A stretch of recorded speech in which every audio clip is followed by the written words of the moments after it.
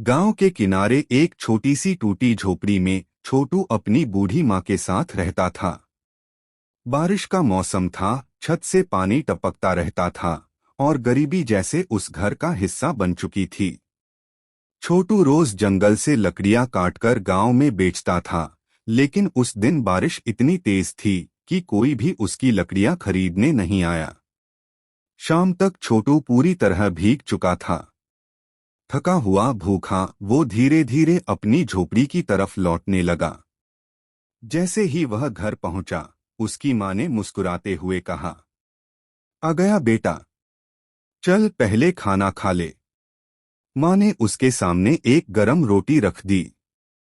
छोटू खुशी खुशी खाने लगा, लेकिन तभी उसकी नजर पास में रखे खाली बर्तनों पर पड़ी। उसने धीरे से पूछा, माँ तुमने खाना खाया ना? माँ हल्की मुस्कान के साथ बोली, हाँ बेटा, मैं तो पहले ही खा चुकी।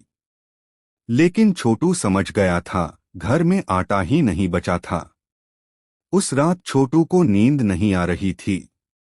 बारिश लगातार हो रही थी और झोपड़ी के अंदर अंधेरा फैला हुआ था। तभी उसकी आंख खुली, उसने देखा उसकी माँ चुपचाप बैठी थी, भूख से उसका हाथ कांप रहा था।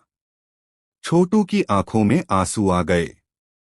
अगली सुबह वो बिना कुछ खाए ही घर से निकल पड़ा।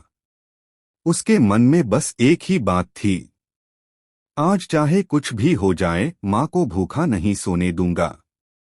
पूरा दिन वो गांव-गांव काम मांगता रहा, लेकिन किसी ने उसकी मदद नहीं की। शाम होने लगी थी, बारिश अब भी रुकने का नाम नहीं ले रही थी। तभी छोटू ने देखा, एक बूढ़ा आदमी भारी बोरी उठाने की कोशिश कर रहा था।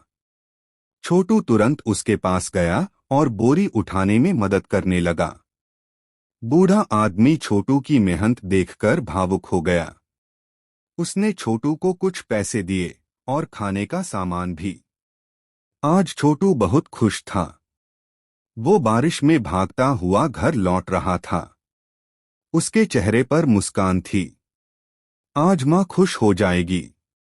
लेकिन जैसे ही वो झोपड़ी के अंदर पहुंचा, वहां अजीब सी खामोशी थी। माँ जमीन पर चुपचाप लेटी हुई थी।